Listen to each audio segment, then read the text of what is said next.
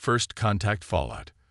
Commander Elena Reyes stood at the viewport of the diplomatic vessel Horizon, watching the massive Federation station grow larger as they approached. The structure was a marvel of engineering, a sprawling collection of crystalline domes and metallic spires that housed representatives from over 300 alien civilizations. Impressive, yes, but Elena wasn't here to admire architecture. Final approach clearance granted, announced Lieutenant Kai Chen from the navigation console. They're directing us to docking Bay 17. Elena nodded, straightening her uniform. After 3 years of preliminary negotiations, humanity was finally getting its formal hearing before the Galactic Federation Council. Earth had been patient, following every protocol and regulation since first contact with the Araxian scout ship in 2157. Now, in 2162, it was time for humanity to take its rightful place among the stars. Status report on our contingency measures, Elena said quietly to Dr. Marcus Wong, her chief strategic advisor. Marcus glanced at his tablet. All assets in position. The network is dormant but ready. Operation Checkmate is on standby. Let's hope we don't need it, Elena replied as the ship docked with a gentle thud. The welcome they received was decidedly lukewarm. A single Federation official, a tall, spindly being with iridescent scales and 4 arms, met them at the airlock. I am Diplomatic Liaison Xerin, the alien said, voice translated through their communication devices. Follow me to the waiting chamber.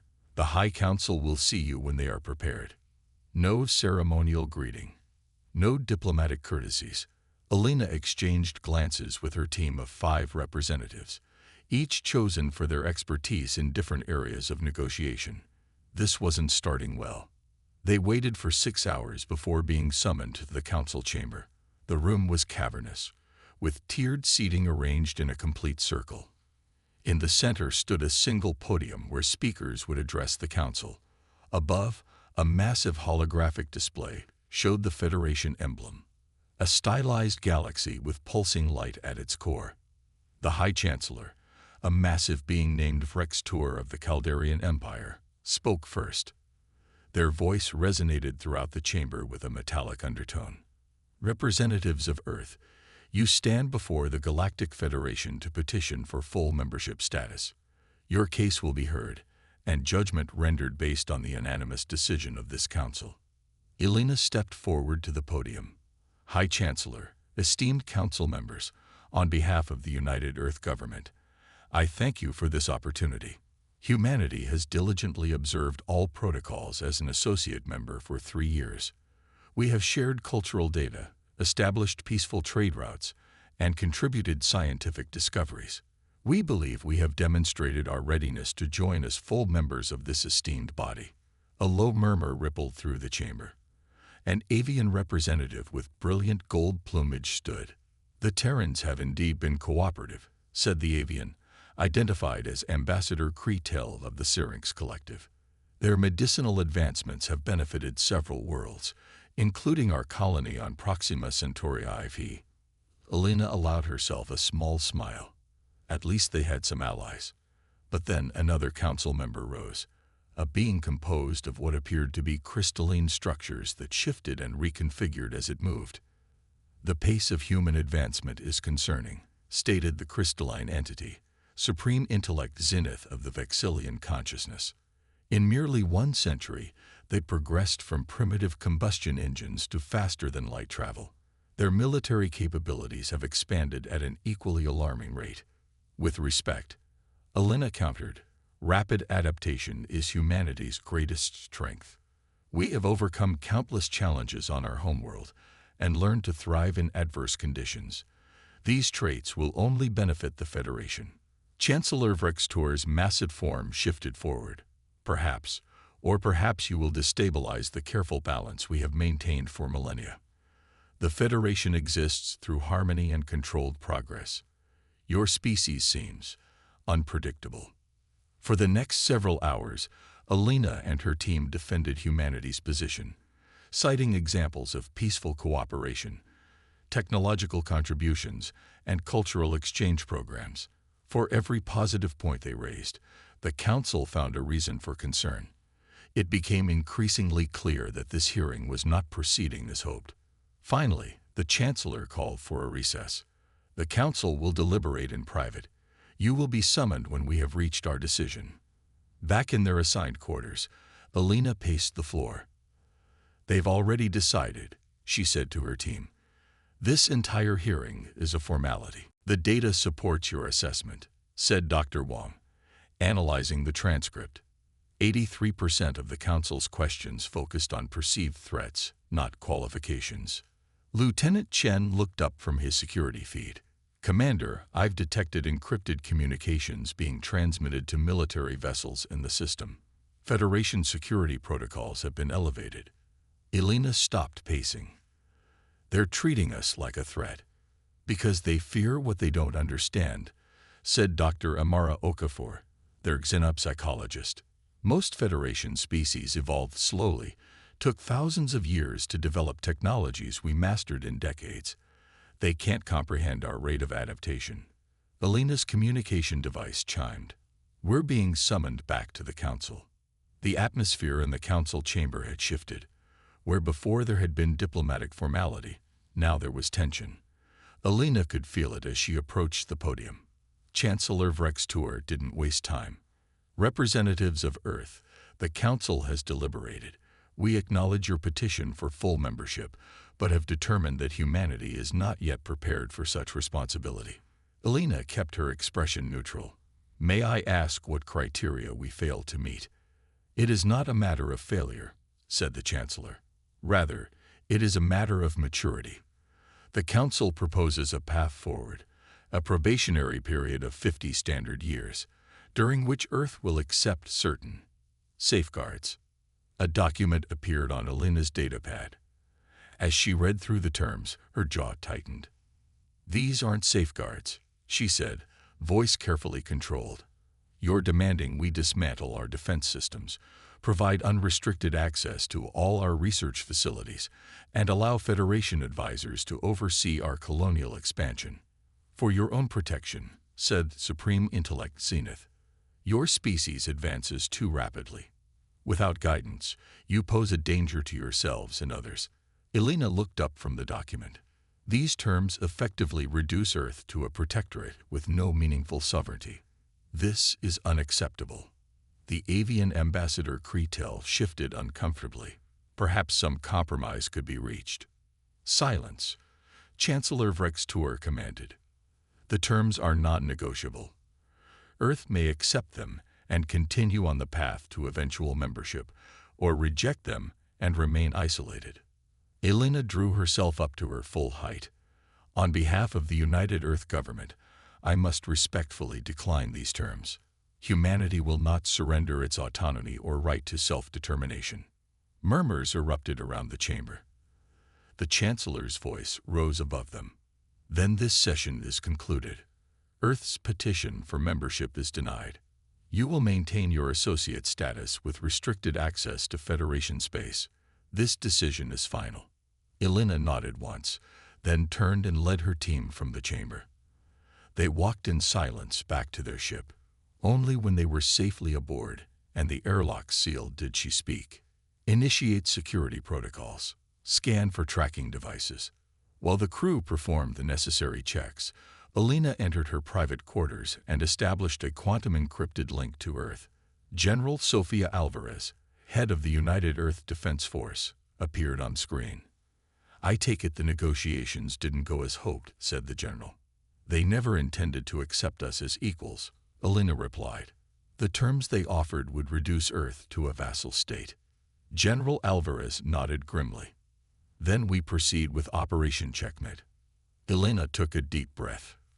For 3 years, while openly negotiating for Federation membership, humanity had been preparing for this very possibility. Hidden shipyards beyond Federation sensor range had been constructing a fleet unlike anything the aliens could imagine.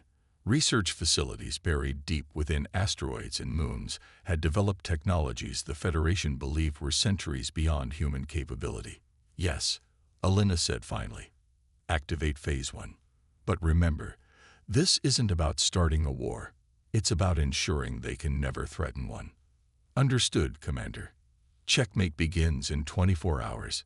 Safe journey home. As the Horizon disengaged from the Federation station, Alina returned to the viewport. The glittering structure now seemed less impressive, more fragile. They think they've seen what humanity is capable of, she whispered to herself. They haven't seen anything yet. The cosmic chess game. The Federation monitoring station on the edge of the Sol system was the first to detect the anomaly. What had appeared to be a standard cargo transport approaching Jupiter suddenly multiplied on their sensors, splitting into dozens of signals before vanishing completely. Senior observer Talax frowned at the readout. System malfunction, he muttered, running a diagnostic. The results came back normal. Then another alert sounded. A mining operation on Earth's moon, previously registered and approved by Federation inspectors, was showing unusual energy signatures. Before Talax could investigate further, his entire sensor array went dark. Central Command, this is Sol Monitoring Station, he called urgently. We're experiencing multiple system failures and... The communication cut off abruptly. In Federation Central Command, a priority alert flashed across screens throughout the massive complex. Within minutes, the High Security Council, a subset of the full Federation Council, convened an emergency session. What do you mean, lost contact? Demanded Chancellor Vrextur, looming over the nervous communications officer. Not just lost contact, Chancellor, replied the officer, a compact reptilian being. The entire station has disappeared from our network. And it's not just Sol Station. We've lost connection with every monitoring installation within 3 light-years of Earth. Supreme Intellect Zenith's crystalline structure pulsed with agitation. The humans are responsible. They have chosen aggression over diplomacy. We don't know that, countered Ambassador Kree Telephone. There could be a natural explanation, a solar flare or spatial anomaly, simultaneously affecting every station in a 3 light-year radius. Zenith's tone was scathing. Your sympathy for these primitives blinds you to the obvious threat. Before the argument could escalate, the chamber's main display activated without command. Commander Alina Reyes appeared on screen, seated calmly at what appeared to be a command center. Greetings, Chancellor Vrextur, esteemed council members. I apologize for the unconventional communication method, but given recent events, I felt direct contact was necessary. The Chancellor rose to his full, impressive height. What have you done? Nothing irreversible, Alina replied. Your monitoring stations are intact, merely offline. We've temporarily disabled their communications and sensor capabilities. This is an act of war, hissed Zenith. No, Alina said firmly. This is a demonstration. For too long, the Federation has underestimated humanity. You've dismissed us as primitive, dangerous, unworthy of equal standing. Today, that misconception ends. With a gesture, Alina expanded the view to show a holographic star map of Federation space. Thousands of points of light suddenly appeared, each representing a human vessel or installation that had remained hidden from Federation sensors until this moment. What you're seeing is Operation Checkmate, explained Alina.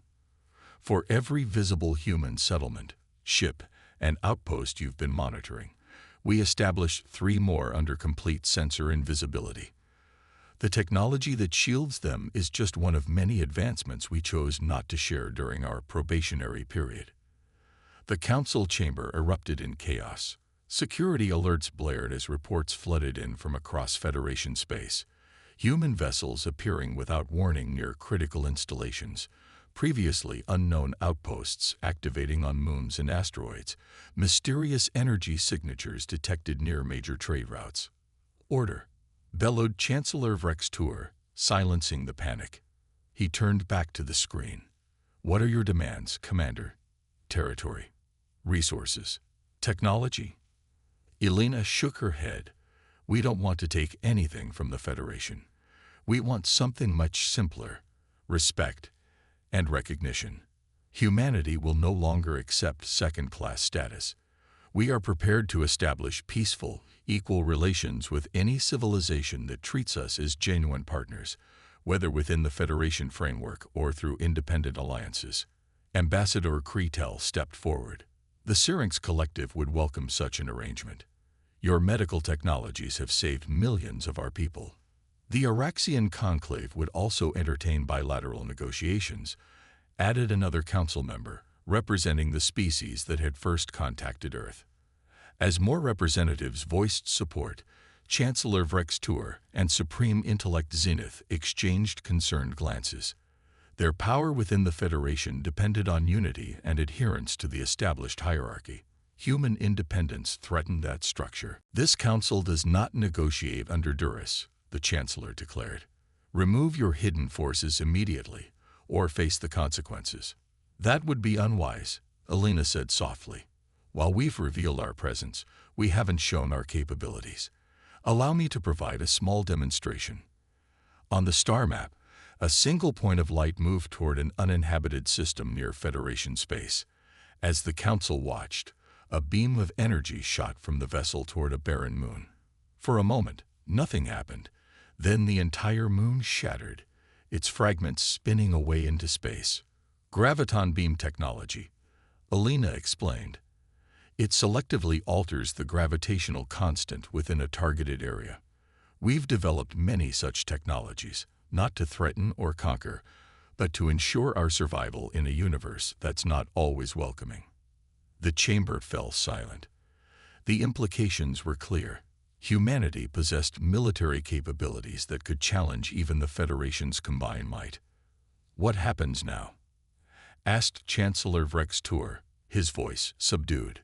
That depends on you, replied Alina. We're transmitting a revised treaty proposal to each council member. It establishes a new framework for human Federation relations, one based on mutual respect and cooperation rather than subordination. You have 24 hours to consider it. The transmission ended. In the silent council chamber, the star map remained, the thousands of human installations a silent reminder of how thoroughly the Federation had underestimated this young species. Ambassador Kretel was the first to break the silence. I've reviewed the human proposal. It's reasonable. They're not demanding special privileges, merely equal treatment. Equal treatment for a species that has just threatened us with superior weaponry. Zenith's crystalline form pulsed with indignation. They didn't threaten us, countered another council member. They demonstrated their strength after we attempted to subjugate them. There's a difference. Over the next several hours, the council splintered. Many of the younger, smaller civilizations expressed support for the human position. The ancient powers that had dominated the Federation for millennia, including the Caldarians and Vexillians, remained opposed to any concessions. Meanwhile, beyond the council chamber, individual Federation members began reaching out directly to Earth. The Syrinx Collective, impressed by human medical advances, proposed a separate treaty. The Araxians, remembering their positive first contact, offered military alliance. Several trading conglomerates, sensing opportunity, initiated negotiations for exclusive commercial agreements. On Earth, Commander Elena Reyes and General Sofia Alvarez monitored these developments with cautious optimism. They're responding exactly as predicted, noted the general, reviewing incoming diplomatic communiques. The Federation is fracturing along its natural fault lines. We never wanted to destroy it, Elena replied. Just reform it. The younger species have been chafing under Caldarian and Vexillian dominance for centuries. We're simply creating space for a more balanced power structure. When the Federation's 24-hour deadline arrived, Chancellor Vrextur himself requested a private channel to Earth. His massive form seemed diminished somehow, the confident posture replaced by resignation. Commander Reyes, he began, the Council has reached a decision. We accept the core principles of your proposal, with some amendments we hope you'll find acceptable. Elena reviewed the document that appeared on her screen. The Federation had agreed to recognize humanity as a sovereign power with equal standing to any other member. Restrictions on human expansion and technology development were removed. In exchange, Earth would share certain advancements, particularly in medicine and clean energy, and participate in a new Joint Security Council. These terms are acceptable, Elena confirmed. We look forward to a new era of cooperation, Chancellor. After the transmission ended, Elena turned to her team. Operation Checkmate is complete. Begin phase-down procedures. All of them, asked Lieutenant Chen. We're still vulnerable if they decide to renege. Elena smiled. Keep the defensive grid active and maintain our sensor invisibility protocols. Trust, but verify. An old human saying that seems appropriate now. In the weeks that followed, the galactic landscape transformed. The monolithic Federation began evolving into a more flexible coalition of equals. Humanity established direct treaties with dozens of alien civilizations, exchanging technologies, cultural works, and resources. Earth's colonies expanded, now welcomed as trading partners rather than viewed with suspicion. 6 months after the confrontation, Commander Reyes returned to the Federation station, this time to take her seat on the newly formed Galactic Security Council, where representatives from 12 species, including humans, would coordinate responses to shared threats. As she entered the council chamber, she noticed the changes immediately. The hierarchical seating was gone, replaced by a circular arrangement where no position held primacy over others. Chancellor Vrextur, now simply the Caldarian representative, nodded respectfully as she took her seat. Commander Reyes, he acknowledged. I must admit, humanity has surprised us all. That's what we do best, Elena replied with a smile. Adapt, evolve, surprise, but also cooperate when given the chance. The avian ambassador Kretel chittered softly.